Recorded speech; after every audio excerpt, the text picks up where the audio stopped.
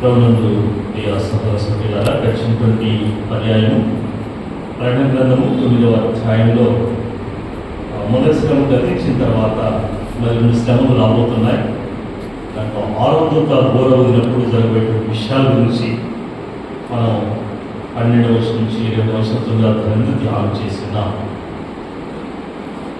10వ అధ్యాయంలో మనం గమనిస్తున్నట్లయితే వేదాంత పండితుల ప్రకారం, థియాలజిస్ట్ ప్రకారం ఈ అధ్యాయం ఒక ఆసక్తికరమైనటువంటి మధ్యంతర విరామం లాంటిది. మనకు ఓల్డ్ టెస్టమెంట్, న్యూ టెస్టమెంట్ మధ్యలో కొంత సమయం వ్యవధి లేదా విరామం అంటారు. అలాగే ఈ యొక్క 6వ బూర ఊదిన తర్వాత 7వ బూర ఊదక ముందే, దానికి ముందు ఈ సంఘటన జరుగుతుందని ఆ విరామ సమయం గురించి తెలియజేస్తూ ఉన్నాడు. యోహానుకు కలిగినటువంటి ఈ యొక్క దర్శనంలో మన దేవుని యొక్క ప్రణాళిక లేదా ప్లాన్, అది రాబోయేటువంటి గ్రేట్ ట్రిబ్యులేషన్, రాబోయేటువంటి తీవ్రమైనటువంటి తీర్పుల గురించి సూచిస్తూ ఉంది. ఈ మొదటి 2 వచనాలు కొన్ని భాగాలు మనం విధించినట్లయితే, మొదటి 2 వచనాల్లో బలిష్టమైనటువంటి దూత చిన్న పుస్తకాలు చూడవచ్చు. తర్వాత 3 నుంచి 4 వచనాలు గమనించినట్లయితే అక్కడ 7 ఉరుముల గురించి గమనించవచ్చు. 5 నుంచి 7 వచనాల గురించి మనం చూసినట్లయితే అక్కడ ఇక ఆలస్యం ఉండదు అనే విషయాన్ని తెలియజేస్తూ ఉన్నాడు. 8వ వచనం నుండి 10వ వచనం గమనించినట్లయితే ఆ యొక్క చిన్న పుస్తకం యొక్క ప్రాముఖ్యత, అంటే ఒక రకంగా చూస్తే చేదు, మరొక చూస్తే తీపితనాన్ని కలిగి ఉంటుంది. తర్వాత చివరి ముగింపు 11వ వచనం చూసినట్లయితే దేవుడు ఆ చిట్ట చివరి ఇచ్చినటువంటి ఆజ్ఞను లేదా ప్రవచనాన్ని మనం గమనించగలం. ఇట్లా 5 భాగాలుగా దీన్ని విభజించుకున్నాను. ఈ యొక్క భాగాలను మనం చూసినట్లయితే ఈ బలిష్టమైనటువంటి వేరొక దూత ఏ విధంగా పరలోకం నుండి దిగొచ్చినాడో పత్మసు ద్వీపంలో ప్రవాసినటువంటి అపోస్తలుడు యోహాను గారు చూచారు. చూసినప్పుడు ఆ యొక్క పరలోకం నుండి దిగొచ్చిన ఆ బలిష్టమైనటువంటి దూత యొక్క స్వరం, ఆ యొక్క శిరస్సును చూసినట్లయితే ఇంద్రధనస్సున్నట్టుగా గమనిస్తున్నాం. ఆయన ధరించుకున్నది మేఘము ధరించుకుని ఉన్నాడు. తర్వాత ఆయన ముఖము సూర్యబింబం వలె ఉంటుంది. ఆయన పాదములు అగ్ని స్తంభముల వలె ఉంటున్నాయి. ఇక్కడ మనం చూసినట్లయితే ఒక్కోటిగా ఈ బలిష్ఠుడైన దూత పరలోకం నుండి దిగి వచ్చిన తర్వాత ఈ దేవుని యొక్క అధికారాన్ని, అంటే పరలోకపు దేవుని యొక్క అధికారాన్ని సూచిస్తూ ఉంది. కాబట్టి ఈ యొక్క వర్ణన మనం గమనించినట్లయితే యేసుక్రీస్తు ప్రభు యొక్క మహిమను పోలినట్లుగా మనం గమనించవచ్చు. తర్వాత యేసుక్రీస్తు ప్రభు వారి యొక్క వస్త్రధారణ మనం చూసినట్లయితే నిలువుటంగి ధరించిన వాడిగా ఉంటాడు కదా. అయితే ఇక్కడ కూడా ఈయన బలిష్ఠుడైన యొక్క దూత మేఘము ధరించుకుని ఉన్నాడు. ఈ మేఘం ధరించుకొని చూడగా ఈ ధరించుకున్నటువంటి ఇదంతా దేన్ని సూచిస్తుందంటే God's faithfulness and his covenant, దేవుని యొక్క విశ్వసనీయతను మరియు ఆయన యొక్క నిబంధనలను తెలియజేస్తూ ఉన్నాయి.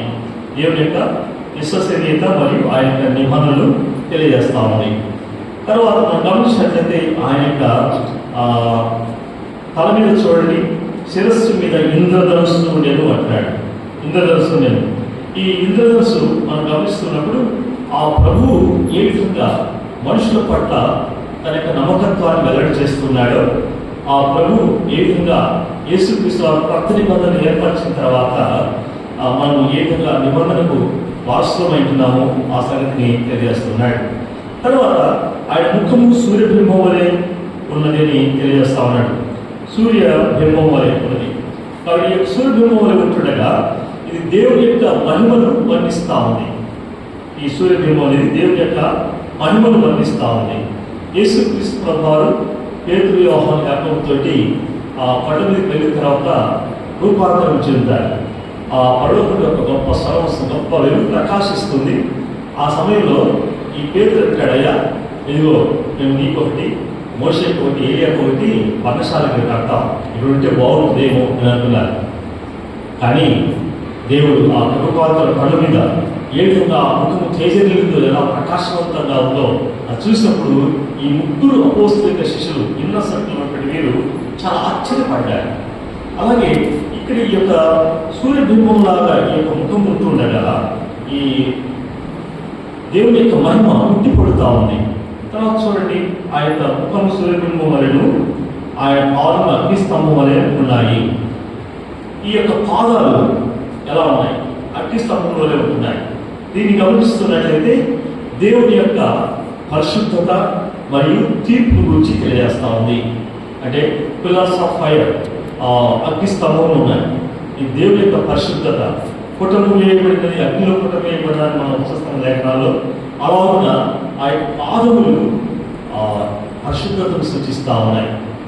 అగ్నిలో పరీక్షించబడిన తర్వాత బంగారు ఏ విధంగా గొప్ప వెలగలిగా ఉంటుందో, ఎంత ఆకర్షణీయంగా ఉంటుందో, ఆ యొక్క కుటుంబంలో ఏదైనా శుద్ధీకరణ చేయబడుతుందో దాన్ని సూచిస్తూ ఉంది. అలాగే యేసుక్రీస్తు వారి యొక్క పాదముల గురించి మనం ప్రకటన 1వ అధ్యాయం చూస్తాం. ఇక్కడ పరలోకం నుండి దిగి వచ్చినటువంటి ఆ పరిశుద్ధ దూత యొక్క పాదములు కూడా అగ్నిస్తంభంలో ఉన్నాయి. ఇవి ప్రభు యొక్క లేదా ఆయన యొక్క పరిశుద్ధతను మరియు తీర్పును సూచిస్తూ ఉంటుంది. గమనించండి, ఆయన యొక్క పాదములు అగ్నిస్తంభంలో ఉన్నాయి. ఆయన చేతిలో విప్పబడిన ఒక చిన్న పుస్తకములను ఆయన తన కుడి పాదం సముద్రం మీదను, ఎడమ పాదం భూమి మీద మోపి అంటున్నాడు. ఇక్కడ ఈ పాదాలు ఒకటి సముద్రం మీద మోపాడు, ఇంకోటి ఎక్కడ మోపాడు? భూమి మీద మోపాడు. కుడి పాదమేమో సముద్రం మీద మోపాడు, ఎడమ కాలేమో భూమి మీద మోపాడు. అంటే భూమి ఆకాశమును, భూమిని అందులో ఉన్న వాటిని, సముద్రము అందులో ఉన్న వాటిని, ఆకాశం అందులో ఉన్న వాటిని సృష్టించిన వాడు సృష్టికర్త అయిన దేవుడు. అది ఆలోచన చూస్తాం. గమనించండి, ఆలోచన. పరలోకమును అందులో ఉన్న వాటిని, భూమిని అందులో ఉన్న వాటిని, సముద్రము అందులో ఉన్న వాటిని సృష్టించి యుగయుగములు జీవించుతున్న వారితోడు అని ఒట్టు పెట్టుకున్నాడు. ఇక్కడ దేవుడు మాత్రమే సృష్టికర్త. ఆదికాండం 1వ అధ్యాయం వెళ్తే మనకు అర్థమవుతుంది. దేవుడు భూమి ఆకాశమును అందులో ఉన్న సమస్తాన్ని సృష్టించాడు, సముద్రము అందులో ఉన్న సమస్తాన్ని సృష్టించాడు. అందుకని దేవుడు ఆజ్ఞాపించినప్పుడు 10 ఆజ్ఞల్లో మొట్టమొదటి ఆజ్ఞ మనం గమనిస్తాం. 2వ కాండం, 2వ కాండంలో పైన ఆకాశం ఉంది కానీ, కింద భూమి ఉంది కానీ, భూమి కింద జలం ఉంది కానీ, నేను తప్ప వేరొక దేవుడు నీకు ఉండకూడదు, ఎవరికి నువ్వు నమస్కరించకూడదు, సాగకూడదు. చాలా కరాఖండిగా చెప్తాడు. ఎందుకంటే దేవుడు మాత్రమే సృష్టికర్త, ఆయనే సమస్త జీవరాశులకు జీవప్రదాత. కాబట్టి దేవుడి పోలికలో, దేవుడి స్వరూపంలో సృష్టించబడిన మనము, దేవుడి యొక్క ఆత్మను పొందిన మనము సృష్టము పూజించకూడదు. సృష్టం అనగా సృష్టిలో ఉన్నటువంటి దాన్ని పూజించకూడదు.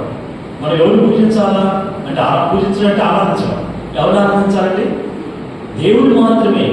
సృష్టికర్త అయిన దేవుడు మనం ఆరాధించాలి, సృష్టము చాలా ఆరాధించాల్సింది. ఈ రోజు ఏం చేస్తున్నారంటే సృష్టిలో ఉన్నటువంటి వాటిని, సూర్యుని కొంతమంది, చంద్రుని కొంతమంది, నక్షత్రాలు కొంతమంది, గుట్టలు కొంతమంది, తర్వాత ఈ యొక్క చెట్లను కొంతమంది, గుట్టలు కొంతమంది, ఇలా రకరకాల ఆరాధించే వాళ్ళు ఉన్నారు, పూజిస్తున్నారు. చివరికి మనుషులు కూడా పూజించడం మొదలుపెట్టారు. ఇంకొక కొంతమంది ఏమంటారంటే నీవు దేవుడిని, నేను దేవుడిని అంటే స్థాయికి వచ్చారు. కానీ మనుషులందరూ కూడా సృష్టిలో ఉంటే ప్రతి ఒక్కటి కూడా ఆ గొప్ప దేవుడి ద్వారా మాత్రమే సృష్టించబడింది. దేవుడు ఆది భూమి ఆకాశం సృష్టించని స్పష్టంగా ఆదికాండం 1వ అధ్యాయం అంతటి కూడా సృష్టి గురించి మనం చూస్తాం. కాబట్టి సృష్టికర్తలు కాకుండా ఎవరైనా సరే, ఏ మనుషునైనా, ఏ వ్యక్తి, ఏ యొక్క సరీసృపాలైనా, పాము, అలాగే సృష్టిలో ఉన్నటువంటి దేనైనా సరే పూజించినట్లయితే, అవి కర్రతో చేయబడినా, వెండితో చేయబడినా, బంగారుతో చేయబడినా, రాతితో చేయబడినా, ఇక్కడితో చేయబడినా, దేనితో చేయబడినా సరే వాటిని పూజించకూడదు. అది నేను ఒకసారి మనుషులుగా చేస్తా ఉంటే ఇక్కడ ప్రకటన 19వ అధ్యాయం చెప్తాడు. సాగర పద్ధతి బాగుందని ఏమన్నాడు? వద్దు సుమి, నేను కూడా ఇలాంటి మనుషులునే అన్నాడు. కానీ ఈరోజు కొంతమంది చూడండి, ఇంట్లో గృహ ప్రవేశాలప్పుడు, తర్వాత పెళ్ళిళ్ళప్పుడు ఏం చేస్తారు? పోరా మొక్కు, పాదాలు పట్టుకో, తల్లికి మొక్కు, తండ్రికి మొక్కు, మేనమామ మొక్కు, పెద్దలకు మొక్కు అంటారు. ఎంత విచిత్రం చూసారా? సృష్టికర్త అయిన దేవుడికి తప్ప ఏ మనిషిని కూడా మనం మొక్కరాదు, సాగపడరాదు. అయితే ఇక్కడ దేవుడు మాత్రమే మనం చేయాలి. అయితే ఇలా చూస్తున్నప్పుడు ఈ కుడి పాదమేమో సముద్రం మీద ఉంది, ఎడమ పాదమేమో భూమి మీద ఉంది. దీన్ని మనం గమనించినట్లయితే దేవుని యొక్క సార్వభౌమాధికారాన్ని సూచిస్తుంది. పరలోకమున్న దేవుని యొక్క సార్వభౌమాధికారాన్ని సూచిస్తుంది. మత్తయి సువార్త 25వ అధ్యాయం గమనించినప్పుడు అక్కడ పరలోకమును భూమి మీదను నాకు సర్వాధికారం ఇవ్వబడి అంటాడు. చూడండి ఒకసారి మత్తయి సువార్త 28వ అధ్యాయం, మత్తయి సువార్త 18వ యేసుక్రీస్తు వారు ఆ యొక్క శిష్యుల దగ్గరకు వచ్చి ఏం చెప్పాడు గమనిద్దాం. వారి యొద్దకు వచ్చి పరలోకమందును భూమి మీదను నాకు సర్వాధికారము ఇయ్యబడినది. చూసారా, పరలోకమందును భూమి మీదను యేసుక్రీస్తు వారికి సర్వాధికారము ఇయ్యబడినది. కాబట్టి ఈయన సార్వభౌమాధికారి, ఈజ్ ద సావరెన్ గాడ్ అనేది చాలా స్పష్టంగా అర్థమవుతుంది. ఈ లోకంలో భూపతులు ఉన్నారు, తర్వాత కొంతమంది పాలకులు ఉంటున్నారు, అధికారులు ఉంటున్నారు. మరి వీళ్ళకంటే తక్కువ కాదు. వీరందరికంటే కూడా గొప్పవాడు, సార్వభౌమాధికారం లేనివాడు పరలోకమందు భూమి మీద. ఈ మనుషులకైతే కొన్ని రాష్ట్రాలకి, కొన్ని దేశాలకు మాత్రం ఉండొచ్చునేమో, కొన్ని యొక్క ఆఫీసుల్లో మాత్రమే అధికారం ఉండొచ్చునేమో, లోకల్ లీడర్స్ వాళ్ళ విదేశీస్ మాత్రమే లీడర్లు ఉండొచ్చునేమో. కానీ దేవుడు అలా కాదు. భూమి ఆకాశం సొంతం అన్నిటిని సృష్టించేవాడు ఆయనే కాబట్టి, అన్నిటికీ జీవము అనుగ్రహించిన వాడు ఆయనే కాబట్టి, సమస్తము సృష్టికర్త కనుక ఆయన సర్వాధికారము ఉన్నది అనే విషయము అర్థమవుతుంది. రైట్, 2వ వర్షంలో మనం చూసినట్లయితే ఆయన చేతులు ఏమిటంట, విప్పబడిన ఒక చిన్న పుస్తకము ఉండెను. సో ఈ బలిష్ఠమైనటువంటి దేవదూత యొక్క చేతిలో ఒక చిన్న పుస్తకం ఉంది.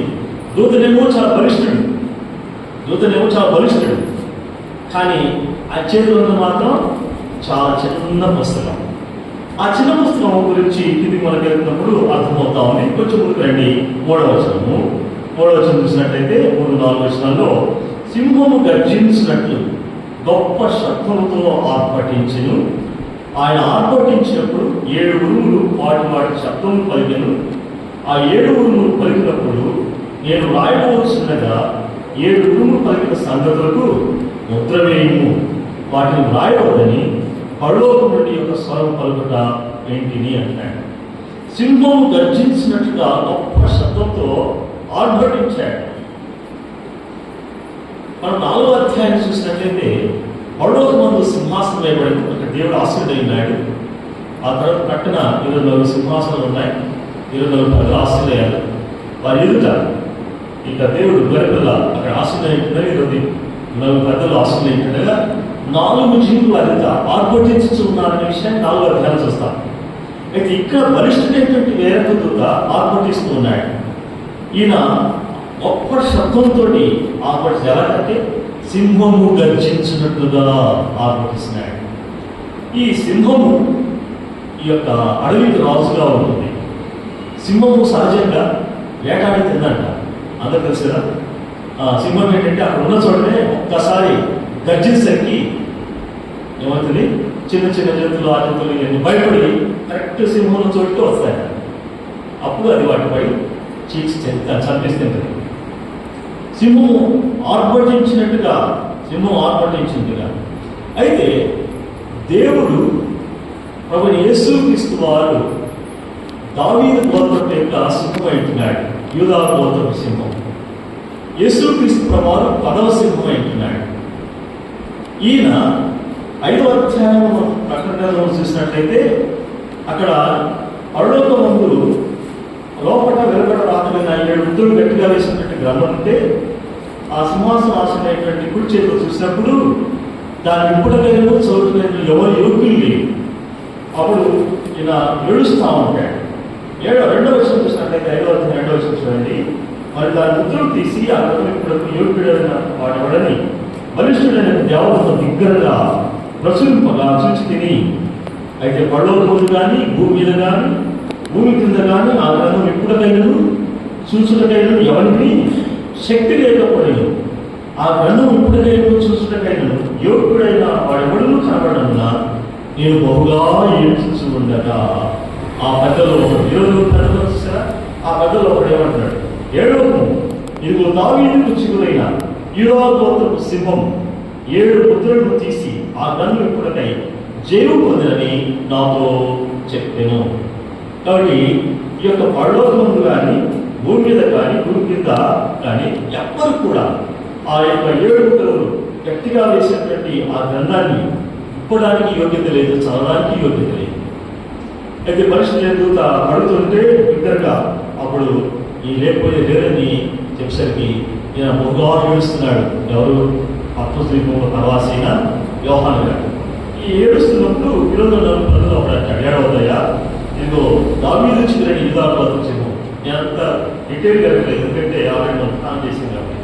దావీదు గోత్రము యూదా గోత్రము 7 ముద్రలు తీసుకొని ఆ గ్రంథమును విప్పడానికి జయం పొందాడయ్యా అని చెప్పాడు. కాబట్టి ఈయన ఎవరు? ప్రభు యేసుక్రీస్తు. మనం ఇక్కడ గమనిస్తూ వచ్చినట్లయితే దీనికి కాంట్రవర్షియల్గా పేతురు భక్తి కొడుకు రాసిన పత్రికలో ఒక మాట ఉంటుంది. 5వ అధ్యాయం పత్రికలో సాతాను ఈ లోకంలో తిరుగుతూ వాడు ఏం చేస్తున్నాడండి? 5వ అధ్యాయం చూడండి. సాతానుడు వాడు కూడా సింహం, ఏ సింహం చూద్దాం అక్కడ. 5వ అధ్యాయం 8వ వచనం. పేతురు రాసిన పత్రిక 5వ అధ్యాయం 8వ వచనం. నిబ్బరమైన బుద్ధి గలవారై మెలకువగా ఉన్నది, మా విరోధి అయిన అపవాది గర్జించు సింహములే ఎవరిని విరుగుదనా అని వెతుకుతూ తిరుగుతూ ఉన్నాడు.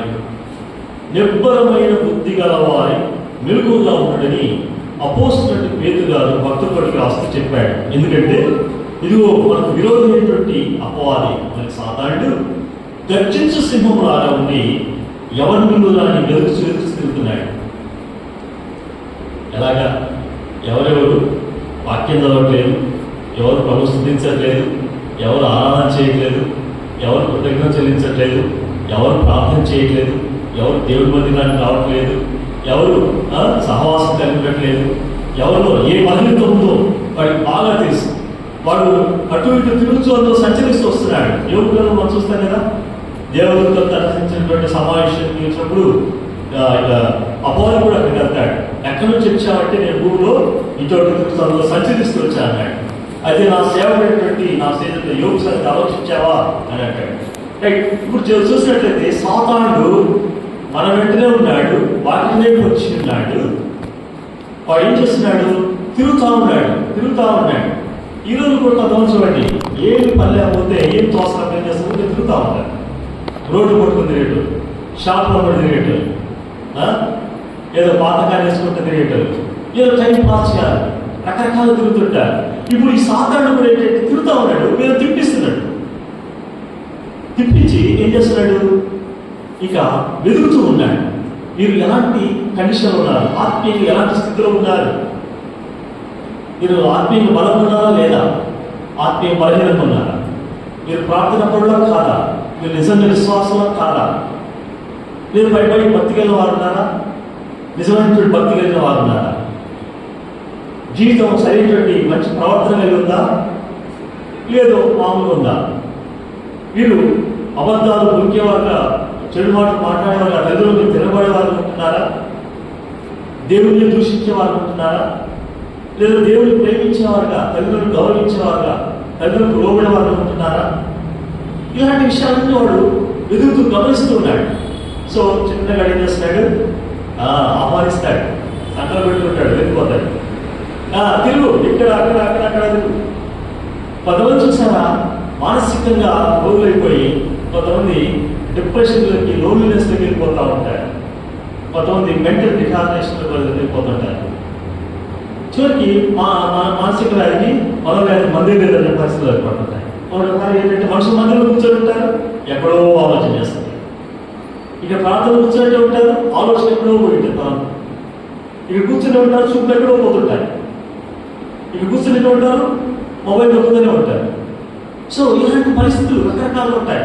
ప్రార్థన చేసుకుంటుంటారు, మొబైల్ అది అవగానే మోగానే దానికి వాటిని చదువుతుంటారు, బైబిల్ చదువుతారు, ఆపేసి ఫోన్లో ఇది చేస్తాం. ఇలాంటివన్నీ కూడా సాటన్ చాలా సులువుగా చిక్కులు పెట్టే పాపాల్లో ఉంచినటువంటి వీరిని వెతుకుతూ పట్టుకుంటున్నాడు. గాలు వేసి పట్టుకుంటున్నాడు, వల వేసి పట్టుకుంటున్నాడు. వాడు ఇంకా మాటినపోతే ఇది ఒక పర్వసింహంలాగా, గర్జన సింహంలాగా తిరుగులాడుకుంటున్నాడు. రైట్. సరే, అది మీకు కాంట్రవర్షియల్ కోసం దాన్ని తెలియజేస్తున్నాను. ఇక్కడ మనము ఈ భాగంలో చూసినట్లయితే ఆ దూత సింహంలాగా ఈ పరిశుద్ధ దూత నటించినప్పుడు 7 ఉరుములు పలికాయంట. ఎన్ని ఉరుములు? 7 ఉరుములు. వాటి శబ్దములు పలికెను. ఆ 7 ఉరుములు పలికినప్పుడు ఈ యొక్క పద్మశ్రీపంలో ప్రవాసి అయినటువంటి ఆత్మహుషుడైన అపోస్తులైనటువంటి యోహాను గారు వ్రాయబోతుంటే వెంటనే 7 ఉరుములు పలికిన సంగతులకు ముద్ర వేయుము, సంగతులకు ముద్ర వేయమంటున్నాడు. కానీ వాటి రాయొద్దు అంటున్నాడు. ఈయనేమో రాయాలనుకున్నాడు కదా. ఈ రాయబోతూ ఉండేసరికి నువ్వు రాయొద్దయ్యా, దాన్ని ముద్ర వేయమంటున్నాడు. ఉదయం కళ్ళలోకి వెళ్ళి ఒక స్వరం వచ్చి చెప్పడం మనం గమనిస్తున్నాం. ఈ విధంగా మనం చూస్తున్నట్లయితే దేవుడు తన ప్రణాళికలో బట్టి కొన్ని రహస్యాలు లేదా మన మర్మాలు అంటున్నది ఈ మధ్య. ఇది మర్మాలు ఇవన్నీ ఏది ఉన్నాయో పూర్తిగా వెల్లడించట్లేదు.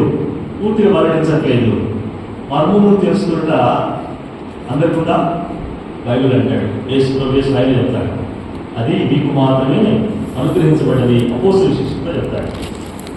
అందరికీ అర్థం కాదు. ఒక్కోసారి తెలుగు పండితులు కూడా బైబిల్ స్పష్టంగా చదవలేదు. ఎన్ని డిగ్రీలు ఉన్నా ఒకసారి అందించబడి మామూలుగా ఉన్న వాళ్ళు బైబిల్ చదవలేదు. ఇప్పుడు చూడండి, ఎంతో కాలం నుంచి సంఘ సమాచారం వస్తున్నా ఇప్పుడు స్పష్టంగా బైబిల్ చదవాలని చాలా మంది ఉంటున్నారు. మీకు తెలుసు, మనం వింటుంటాం, మీరు కూడా వింటుంటారు. మీరు కూడా మనం ఇవ్వాలంగా నాకు నేను మీకు ఎవరి వాళ్ళగా పరీక్షించుకుంటే అర్థమవుతుంది.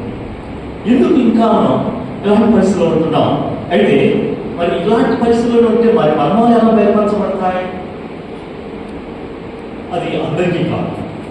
ఆమోసు గ్రంథం చూసినట్లయితే దేవుడు తాను చేయబోయేటువంటి పనిని మన దాసులకు మాత్రమే బయలుపరుస్తాడు. ప్రకటన గ్రంథం 1వ అధ్యాయం 1వ వచనం చూసినట్లయితే తన దాసులకు బయలుపరుస్తాడు. తనకు సరుకుని తన దాసులకు బయలుపరుస్తాడు. 22వ అధ్యాయం చూసినట్లయితే దేవుడు తన దాసులకు బయలుపరుస్తాడని స్పష్టంగా రాయబడింది. కాబట్టి ఈ విధంగా ఉన్నటువంటి వారికి బయలుపరుస్తున్నాడు. ఎందుకంటే ఆయన సార్వభౌమ వారి కాలం ఏమైందో, తర్వాత ఈ విధంగా ఆయన పని జరిగిస్తున్నాడు, ఎవరు జరిగిస్తున్నాడో వీటంతటిని సూచిస్తా ఉంది. 5-6 వచనాలు చూడండి. 5-6-7 వచనాల్లో మరియు సముద్రం మీదను భూమి మీద నిలిచి ఉండగా నేను చూసిన ఆ దూత తన గురించి ఆకాశం ప్రతి ఎత్తి పరలోకమును అందులో ఉన్నవాటిని, భూమిని అందులో ఉన్నవాటిని, సముద్రం అందులో ఉన్నవాటిని సృష్టించి 20 జీవించిన వారి తోడు ఒట్టు పెట్టుకొని ఇక ఆలస్యం ఉండదు కానీ అంటున్నాడు. ఆశిస్తున్నాడు అలా, ఇక ఆలస్యం ఉండదు అంటున్నాడు. So no more delay. యేసుక్రీస్తు ప్రభు రాకడ గురించి వచ్చువాడిగా ఏమాత్రం ఆలస్యం చేయవచ్చును అని రాయబడి లేఖనాలు. యేసుక్రీస్తు ప్రభు స్వయంగా అంటాడు, ఇదిగో నేను త్వరగా వచ్చుచూ ఉన్నానని చెప్తున్నాడు. అలాగే ఇక ఈ ప్రవచనం కూడా జరగబోయేది ఈ తుది సంఘటనలో ఏమాత్రం ఆలస్యం ఉండదట. ఎందుకంటే ఆయన ఆ దూత తన చేతిని ఆకాశంతో ఎత్తాడు. ఎత్తి ఏం చెప్తున్నాడండి? పరలోకమందును అందులో ఉన్న వాటిని, భూమిని అందులో ఉన్న వాటిని, సముద్రంలో అందులో ఉన్న వాటిని సృష్టించి యుగయుగములు జీవించుచున్నవాడు ఎవరైనా దేవుడే. ఎవరా దేవుడు? ఆదిందు వాక్యమే దేవుడే, సృష్టికర్త అయిన దేవుడు. ఆయనే లోకరక్షకుడుగా వచ్చినవాడు, మన కొరకై పాపం కలవసులో ప్రాణం పెట్టి తిరిగి ఇచ్చినవాడు. ఆ మాటను ఒక్కసారి గమనించండి. 1వ అధ్యాయం ప్రకటన గ్రంథము 1వ అధ్యాయం 18వ వచనం చూద్దామా? 1వ అధ్యాయం 18వ వచనం. నేను మొదటి వాడను, కడపటి వాడను, జీవించువాడను, మృతుడనైతిని కానీ ఇదిగో యుగయుగములు సజీవుడనై ఉన్నాను. చూసారా? దేవుడట is the alpha and omega. మొదటి వాడను, కడపటి వాడను, జీవించువాడను. మనలో మొదటి వాడు ఎవరు ఉన్నారా? ఎవరు లేదు. చివరికి ఉండబోతామా? మనకు తెలియదు. మనకంటే ముందు ఎన్నో తర్వాత చనిపోయారు ఎంతోమంది కదా. తర్వాత కూడా ఎంతమంది చనిపోతుందో తెలియదు. మనకు కూడా చనిపోవాల్సి వచ్చింది. ఎప్పుడు ఎందుకు తెలియదు. మధ్యస్థంలో ఉంటున్నాం. కానీ మొట్టమొదటి వాడు కూడా దేవుడే, కడపటి వాడు కూడా దేవుడే, తర్వాత జీవించేవాడు కూడా దేవుడే. ఆయన మన మనుషులందరి పాప పరిహారం కొరకై పరలోకం నుండి భూలోకానికి దిగొచ్చి మనుషుని కోరికగా పుట్టి దాసుని స్వరూపం ధరించుకొని తను తాను భక్తుడిగా చేసుకొని ఏం చేశాడు? మరణం పొందినంతగా, ఆ శిలువ మరణం పొందినంతగా తగ్గించుకున్నాడని ఫిలిప్పీయులకు రాసిన పత్రిక 2వ అధ్యాయంలో మనం గమనిస్తాం. ఇలా ఉంటుండగా జీవించే యేసుక్రీస్తు వారు మన పాపం చనిపోయాడు, తాను చెప్పినదిగా సమాధి చేయబడ్డాడు, మన లేఖన ప్రకారం తిరిగి లేచాడు. కొరింథీయులకు రాసిన మొదటి పత్రిక 15వ అధ్యాయం 3-4 వచనాలు చూస్తాం. 20వ వచనం చూస్తే, ఇప్పుడైతే నిద్రించిన వాడు ప్రథమ ఫలముగా క్రీస్తు లేపబడి ఉన్నాడు. ఇదే ప్రకటన 1వ అధ్యాయం 5వ వచనం చూసినట్లయితే, మృతులలో నుండి ఆది సంభూతుడుగా లేచినవాడు, మృతులలో నుండి ఆది సంభూతుడుగా లేచినవాడు. ఎంతవరకు ఎవరు చనిపోయిన లేని వారు లేరు, చచ్చిపోయి తరంతంగా లేచిన వారు ఎవరు లేరు. చనిపోయిన వారిని బ్రతికించిన వాడు కూడా యేసుక్రీస్తే, పాపం చేత అపరాధం చచ్చిన వారిని బ్రతికించిన వాడు యేసుక్రీస్తువే. పాపలందరి కొరకై ఒక్కసారిగా నిత్య బలియాగం చేయబడి కల్వరిలో తన ప్రాణం పెట్టి సమాధి చేయబడి 3వ దినం తిరిగి లేచిన వాడు యేసుక్రీస్తువే, ఆది సంభూతుడు. అయితే ఆయన యుగయుగులు మృతుడైతిగా నీవు యుగయుగులు సజీవుడై ఉన్నాను అంటున్నాడు. సజీవం అంత గొప్ప దేవుడు మనల్ని సృష్టించాడు, మనల్ని రక్షించాడు, మనకు నిత్య జీవించాడు, నిత్య రక్షణ కలిగించడం పట్టే, నిత్య రాజ్యం ప్రవేశించడం పట్టే ఆ ప్రభు శీఘ్రంగా రాబోతూ ఉన్నాడు. కళమూర్షంతో నిలబడబోతుంది. అదే 7వ పూట. ఇంకా జరగలేదు, అది జరగబోతుంది. ఆ జరగబోయే ముందుగా జరుగుతున్న సంఘటన. అప్పుడు ఈ పరలోకం ముందు కానీ అందులో ఉన్న వాటిని కానీ భూమి అందులో ఉన్న వాటిని సంతానం ఉన్న వాటిని సృష్టించి యుగయుగులు జీవించుతున్నవాడు ఆ గొప్ప దేవుడు. కాబట్టి ఇక లోకం పైన దేవుని యొక్క తీర్పు తుది దశకు చేరుకుందనేసి మనం గమనించాలా. 7వ దూత ఊరినప్పుడు, 3వ ఉన్నప్పుడు దేవుని యొక్క మరణం సంపూర్ణమవుతుంది. కాబట్టి మనం గమనించాల్సిన విషయం 7వ వచనంలో చూడండి. ఇక అవసరం కానీ 7వ దూత పలుకు దినములలో అతడు ఊరమవుతుండగా దేవుడు తన దాసులకు ప్రవర్తనకు తెలిపిన సువార్త ప్రకారం దేవుని గురించిన మర్మం సమాప్తమవునని చెప్పాను. అంతటా అక్కడ ఇక్కడ చెప్తున్నాడండి, దేవుడు తన దాసుల ప్రవర్తనకు తెలిపిన సువార్త ప్రకారం దేవుని గురించిన మర్మం సమాప్తమవుతుంది. ఈ రోజులో కొంతమంది ఇక్కడ ఏమనుకుంటున్నారంటే, ప్రవక్తలు ఉన్నారు, కొంత ప్రవక్తలుగా పెట్టుకుంటున్నారు, తాము చెప్పుకుంటున్నారు. దేవుడు చెప్పలా, వీళ్ళు మాత్రం చెప్పుకుంటారు. కొంతమంది అపోస్తులు, నేను అపోస్తులు చెప్పుకుంటున్నాను, బ్యానర్లు వేస్తున్నారు, అక్కడక్కడ పోస్టర్లు వేస్తా ఉన్నారు. నమ్మదు. ఆనాటి అపోస్తులు తాము గతించిపోయినది. ఇప్పుడు apostolic role different, prophetic role different. ప్రవచనం గురించి మీరు కొరింథీయులకు రాసిన మొదటి పత్రిక 14వ అధ్యాయాలు గమనించవచ్చు. కొరింథీయులకు రాసిన మొదటి పత్రిక 14వ అధ్యాయం అంటే ప్రవచనము.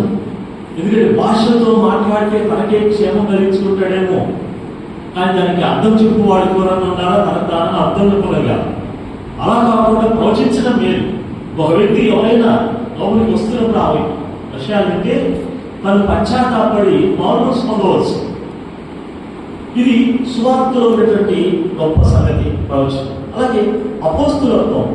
ఆనాడు 12 మంది ఉన్నారు. ఒకడేమో డబ్బుకు ఆశపడ్డాడు, పెద్దలతో సమ్మతించాడు, అపాధి వాడు ప్రవేశించినందున ఆ యొక్క డబ్బు ఒప్పందం చేసుకున్నాడు, గుర్తు కూడా చెప్పించాడు. చివరికి యేసుక్రీస్తు వారిని బోధకుడానికి క్షమ చెప్పి గుర్తు పెట్టుకుని అప్పగించాడు. చివరికి యేసుక్రీస్తు వారికి ఆ శిలువ వేయటం ఎప్పుడైతే తీర్పు తీర్చబడిందో ఏం చేసిన సాధనలో ప్రేరేపించినందున అతను ఊరి వెలుపడికి వెళ్ళి ఏం చేశాడు? గురి పెట్టుకొని చచ్చాడు. ఎవరు? ఇస్కరియోతు కదా. అయితే ఇస్కరియోతు స్థానంలో ఆయన ఎవరిని నిర్ణయించాలి, ఎవరిని అపాయింట్ చేయాలి? ఒకే ఒక పోస్ట్, కానీ ఎంతమంది ఉన్నారు మరి అపోస్తులుగా? ఎవరు ఏర్పాటు దీనికి అర్హులు అని అంటే మొత్తం పబ్లిసిటీ చేస్తారు కదా, దాని ఏమంటారు నోటిఫికేషన్స్. పోస్టులు ఏదంటే కొన్ని లక్షల మంది అప్లై చేస్తారు, కొందరు చేయలేదు. చేసినటువంటి వాళ్ళు కొన్ని డిస్క్వాలిఫై అయిపోయి అప్లికేషన్ పక్కన పెడతారు. తర్వాత కాల్ లెటర్స్ వస్తాయి. కాల్ లెటర్స్ వచ్చిన తర్వాత 10 మంది రాస్తారు, కొంతమంది రాయలేదు. రాసిన తర్వాత క్వాలిఫై వారు కొద్దిమంది ఉంటారు, ఇంకో ఫెయిల్ అయిపోతారు. ఆ తర్వాత ఇంటర్వ్యూకి పిలవబడతారు, ఇంటర్వ్యూకి 10 మంది పిలవబడతారు. ఆ పిలవబడిన వాళ్ళు ఎన్ని పోస్టులు ఎంతమంది అపాయింట్ చేస్తారు. ఇది మనకు తెలిసిన విషయం సొసైటీలో. అట్లాగే అక్కడ కూడా చూస్తే కేవలం ఇద్దరు బయలుదేరారు, ఇద్దరు తీరారు. ఆ పోస్ట్ మాత్రం ఒకటే ఉంది, అపోస్తలత్వం. అపోస్తల కార్యక్రమం నేను చదవండి తర్వాత ఇంటికి ఆ ఇద్దరిని నిలబెట్టి ప్రార్థన చేశారు. ప్రభువా, ఇదిగో ఈ అపోస్తలత్వం కోల్పోయిన ఇస్రాయేలీయుల స్థానంలో నీవు ఎవరికి ఏర్పాటు చేసుకుని బయలుపరచండి. అయితే వాళ్ళు ఎవరైనా బాప్తిసం పొందుకొని యేసుక్రీస్తులో ఆయన క్రీస్తు చనిపోయి సమాజం తిరిగి వచ్చేంతవరకు ప్రత్యక్షమైనంత వరకు ఎవరైతే మనతో ఉన్నారో వాళ్ళు మాత్రమే అర్హులు. అవి అర్హతలు ఎలిజిబిలిటీ అనమాట. అయితే అప్పుడు చూస్తే ఇద్దరు ఉన్నారు నిలబెట్టి చీట్లు వేశారు, పాత చేసి చీట్లు వేశారు. ఒక్కరి పేరు వచ్చింది, ఎవరి పేరట? మత్తీయ. మరి ఆనాడే అంత స్ట్రిక్ట్ స్క్రూటినీ ఉంటే మరి ఈ రోజు ఎవరు పడితే వాళ్ళు అపోస్తలుగా పెట్టుకుంటున్నారు, ఎవరు పడితే వాళ్ళు అపోస్తలుగా పెట్టుకుంటున్నారు. అది వాక్యాసారం కాదు. కాబట్టి దయచేసి గమనించండి. ఇలాంటి పరిస్థితులు ఉన్నాయి కనుక మనము గమనించాలి. అయితే దేవుడు తన దాసుల ప్రవక్తలు తెలిపిన సువార్త ప్రకారం దేవుడి గురించిన మర్మము సమాప్తమవుతుందని చెప్తూ ఉన్నాడు. దేవుడి గురించిన మర్మం సమాప్తమవుతుంది. అయితే 7 నుంచి మనం 7వ వచనం చూసినప్పుడు అది గమనిస్తాం. 8 నుంచి చూసినట్లయితే ఇక్కడ అంతటా పరలోకం నుండి నేను విన్న స్వరం మరలా నాతో మాట్లాడుచు, నీవు వెళ్ళి సముద్రం మీదను భూమి మీద నిలిచిన ఆ దూత చేతిలో విప్పబడి ఉన్న ఆ చిన్న పుస్తకం తీసుకుని చెప్తూ విని నేను ఆ దూత దగ్గరకు వెళ్ళి ఈ చిన్న పుస్తకం నాకిమ్మని అడుగుగా ఆయన దాన్ని తీసుకుని తిరిగివేయి, అది నీ కడుపు చేరదు కానీ నీ నోటికి తేవలే మధురముగా ఉందని నాతో చెప్పాను. అంతటా నేను ఆ చిన్న పుస్తకం దూత చేతిలో నుండి తీసుకొని దాన్ని తిరిగివేసింది. అది నా నోటికి తేనె వలె మధురంగా ఉండేది. కానీ అక్కడ నేను దాన్ని తిరిగివేసిన తర్వాత నా కడుపుకు చేదాలి. ఇది యెహెజ్కేలు గ్రంథంలో కూడా చూస్తాం. నరపుత్రుడా అని చెప్తూ యెహెజ్కేలు గ్రంథం కూడా ఆ మాట చాలా స్పష్టంగా రాయబడుతూ ఉంది. వీళ్ళ ఇక్కడ యోహాను ఆ దూత దగ్గరికి వెళ్ళి ఆ చిన్న పుస్తకం నాకు ఏయా అని అడిగాడు. దూత చెప్పినట్లే ఆ యొక్క యోహాను కూడా ఏం చేశాడు, దాన్ని తిన్నప్పుడు నోటికి ఎలా ఉంది? తేనెలాగా చాలా తీపిగా ఉంది, తేనెలా చాలా తీపిగా ఉంది, మధురంగా ఉంది. అయితే దాన్ని తిన్న తర్వాత లోపలికి వెళ్ళింది. లోపలికి వెళ్ళిన తర్వాత ఎలా ఉందండి? అది చేదు. నోటికి ఏమో తీయగా తినేటప్పుడు, తర్వాత దాన్ని తినేసిన తర్వాత మాత్రం కడుపుకంతా చేదు. ఇది మనం గమనించినట్లయితే దేవుని యొక్క వాక్యం వినడానికి, స్వీకరించడానికి ఎప్పుడు కూడా చాలా మధురంగానే ఉంటుంది. అబ్బా మరి ఉందా వాక్యం, ఇది చాలా బాగుంది, చదువుకున్నప్పుడు కానీ విన్నప్పుడు కానీ చాలా బాగుంది అనుకుంటాం. అయితే ఆ బాగుందని చెప్పుకోవడమే కాదు, తర్వాత ఏం జరుగుతుంది? తిన్న తర్వాత ఇంకేంది? అంగీకరించాలి కదా, వాక్యాన్ని పేర్కొనాలి కదా. అమ్మో ఇంత పత్యమా, అబద్ధాలు ఆడకూడదా, మోసం చేయకూడదా, అన్యాయం చేయకూడదా, ఆచారాలు అవగించకూడదా, విగ్రహాలు చేయకూడదా, విచారం చేయకూడదా, జాగ్రత్తలు చేయకూడదా, ఇట్లన్నీ ఒకటి గుర్తొచ్చి వాక్యం ధరించకూడదు. లోపల ఎలా ఉంది? లోపలంతా కడుపు పొరలాగిపోతుంది, చేదైపోయింది. అదే ఆ తీర్పు తీవ్రత కూడా ఇక్కడ మనం గమనించాలి. దేవుడి తీర్పు గురించి ఇతరులు ప్రకటించినప్పుడు తర్వాత తీర్పుల యొక్క తీవ్రత కూడా చూడటం ఎంతో బాధకరంగా కనబడతా ఉంటుంది. ఇలా ఈ విషయాన్ని చూసినట్లయితే మొట్టమొదటి నోటికి చూసినప్పుడు మనం ఒకటి గమనించవచ్చు. నోటికేమో తీయగా ఉంది, కానీ అది దేవుడి యొక్క వాక్యానికి చాలా అది సూచిస్తూ ఉంది పుస్తకం. అయితే ఆ పుస్తకాన్ని తిన్న తర్వాత ఎలా ఉందండి? తీపిగా ఉందన్నాడు కదా. కాబట్టి ప్రారంభ దశలో చాలా సంతోషంగా ఆనందంగా ఉంటుంది. నిజమే అని గుర్తిస్తారు కదా. తర్వాత రెండవది ఏమైంది? కడుపులోకి వెళ్ళిన తర్వాత తినేసిన తర్వాత కడుపు అంతా చేదైపోయింది కదా. అప్పుడు ఎలా ఉందంటే ఏంటి ఇది నా గురించి చెప్పాడే, నాలోనే ఉన్నాయి, ఏంటి నా పరిస్థితి? అయితే నేను ఎట్లా మానుకోవాలా? మానుకుంటే నా శరీరం కోరికలు నెరవేరవే, మానుకుంటే నా యొక్క ప్లాన్స్ మానవే, నెరవేర్చలేనే, ఇట్లా అన్నీ ఒకటి వస్తుంటాయి. అప్పుడు వాళ్ళకి చేదుగా అనిపిస్తుంది, లేకపోతే వగలుగా అనిపిస్తూ ఉంటుంది. ఇది ఏం సూచిస్తుందంటే దేవుని యొక్క తీర్పు గురించి సూచిస్తూ ఉంది. ఇది చాలా కష్టంగా, చాలా నొప్పిగా, బాధకరంగా, ఎంతో వేదనగా ఉన్నట్టు భావిస్తారు. చివరిగా చూడండి 11వ వచనం. అప్పుడు వారు, నీవు ప్రజలను గూర్చి, జనములను గూర్చి, ఆయా భాషలో మాట్లాడే వారిని గూర్చి, అనేక రాజుల గూర్చి మళ్ళా ప్రవచింపనగత్యమని నాతో చెప్పిరి. ఏం చేశారంటండి? అయ్యా అయ్యో, నీవు ప్రజల గురించి, ఈ లోపల ఎంతో మంది ప్రజలు ఉన్నారు, తర్వాత జనాలు గుంపులుగా బ్యాచ్ ఉంటున్నాయి. ఆ జనాలు మాట్లాడే వారు, ఆ భాష మాట్లాడే వారి గురించి అనేక మంది రాజులు ఉంటున్నారు భూలోకంలో. ఆ రాజుల గురించి ఏం చేయాలట? మరలా ప్రవచింపనగత్యము. ఖచ్చితంగా నువ్వు మరలా ప్రవచించాల్సిందే. ఎందుకంటే దేవుని యొక్క ఆజ్ఞ తిరిగి ప్రవచించాలన్నటువంటి యొక్క ఆజ్ఞ దేవుని నుంచి బయటపడింది. కాబట్టి మీరు ప్రవచిస్తూ ఉన్నప్పుడు ఏం చేయాలండి? దేవుని యొక్క ప్రణాళిక ఏంటో, దేవుని యొక్క ఉద్దేశం ఏంటో, దేవుడు మన పట్ల ఉన్నటువంటి ఆ గొప్ప స్టడీ, ఆ యొక్క ప్రభు మన పట్ల ఉన్నటువంటి ఆ కార్యం ఏంటో వాటిని మనం గమనించబద్దామంటున్నాం. ఒకవేళ ఇంకా దేవుని యొక్క వాక్యాన్ని పరిచయం పెడుతుంటే, దేవుని వాక్యాన్ని ప్రతిరోజు చదవకుండా మానేస్తున్నట్లయితే, దేవుని యొక్క వాక్యాన్ని సరిగ్గా అర్థం చేసుకోకుండా ఏదో ఆశామాష గమనించని లేదా క్యాలెండర్ వాక్యం చూసుకొని వెళ్ళిపోతుంటే దయచేసి గమనించండి. ఇప్పటికే దేవుని యొక్క వాక్యం శ్రద్ధగా చదవాలి. దేవుని సరికి వచ్చినప్పుడు మనసు ఎప్పుడో పెట్టి బాడీ టైం మైండ్ ఆప్షన్ కాకుండా దేవుని వాక్యం శ్రద్ధగా విని ఆ నిన్న వాక్యాన్ని మనం గ్రహించాలి. ఇంటి దగ్గర వాక్యం చదివితే దాన్ని ధ్యానించాలి, గ్రహించాలి. తర్వాత మనం కైకొనాలి. ప్రభు ఈ వాక్యంగా నేను నడుచుకోవడానికి సహాయం చేయాలి. ఎక్కడైనా ఆశీర్వాదాలు, వాగ్దానాలు వస్తే అబ్బా దేవానికి స్తోత్రం అంటారు. ఏదైనా కొంచెం ఆజ్ఞ కానీ కట్టడలు వచ్చేసరికి ఇంట్లో పెట్టి మాట్లాడి నా కోసం కానీ అనుకుంటారు. అలా ఉండదు. కాబట్టి ఏదైనా సరే మనం యాక్సెప్ట్ చేసే వారం కూడా దేవుని యొక్క వాక్యం ఎప్పుడైతే స్వీకరిస్తామో, దేవుని యొక్క వాక్యం ఎప్పుడైతే మన హృదయంలో ఉంచుకుంటామో, మర్యాదగా భద్రపరచుకొని మర్యాదగా ప్రపోసుకుంటూ ఉంటాము. ఈ యొక్క 1వ చెప్పండి, ఇదిగా మనం వాటిని గైకొంటామో అప్పుడే మనం ధన్యులుగా ఉంటాం. కాబట్టి ప్రభు రావడంలో సమీపంగా ఉంది. అంత్య తీర్పు జరగబోతూ ఉన్నాయి. కడపల శబ్దం వినబడబోతుంది. ఆ యొక్క 7వ పూట కడపల శబ్దం వినబడినప్పుడు అది అందరికీ వినబడదు. గుర్తుపెట్టుకోండి, అందరికీ వినబడదు. పరిశుద్ధులైన వారికి మాత్రమే వినబడుతుంది. తాగుబోతులకు, చిట్టుబోతులకు, జారులకు, చోరులకు, దొంగలకు, లోపులకు ఎవరికి వినబడదు. ఇంట్లో మన బైబిల్ చెప్తాం, చాలా మంది కథలు చెప్తూ ఉంటారు. ఒక మనసు మీద భార్య భర్త పడుకున్నా ఎవరైతే వాక్యానుసారంగా ఉంటారో వారు మాత్రం వెంటబడతారు, మీరు వాళ్ళు వేయబడతారు. ఇద్దరు కలిసి స్త్రీలు తిరుగులు విసురుతూ ఉంటే ఎవరైతే నిజంగా వాక్యానుసారంగా ఉంటారో వాళ్ళు మాత్రం వెంటబడతారు, వేయబడతారు. 4 పరువులు దొరుకుతున్నారు అనుకోండి, ఎవరైతే నమ్ముకుంటారో నిజ వాక్యానుసారం జీవిస్తారు ఫస్ట్ వాళ్ళు మాత్రం ఏమవుతుంది స్వామి, ఎవరికి నిలబడదు. 500 చచ్చిపోయిన ఎడుగుతారు, 5 నిలిచిపోయేవారు, నమ్మాలని నిలిచిపోయేవారు. ఆ రోజు ఏం లేదు.